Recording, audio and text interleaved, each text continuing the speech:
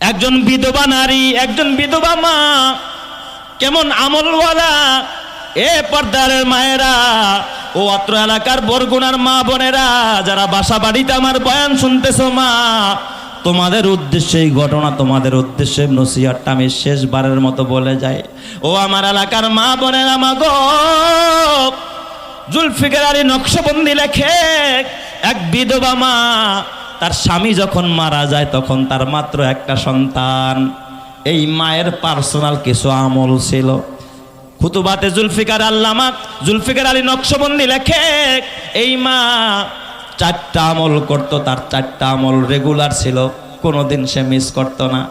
1 নম্বর আমল ছিল এই মা স্বামী মরে গেলে তো যা খুশি তাই করতে পারে, একজন বিধবা নারী, কেউ দেখার মতো নাই, কিন্তু এই নারী জীবনে কোনোদিন বেপরদায় চলে নাই। সুবহানাল্লাহ। কোন সবাই বলেন তো আমার মা বোনদের জন্য পর্দা করা সুন্নত না মুস্তাহাব?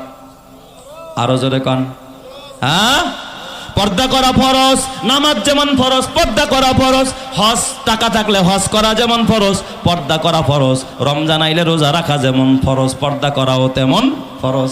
নামাজ না পড়লে যেমন জাহান্নামে যাইতে হবে, আমার কোনো মা আর বোন যদি পর্দা না করে কই যাইতে হবে? জাহান্নামের আগুনে জ্বলতে হবে। এই মা কখনো বেপরদায় চলতো না।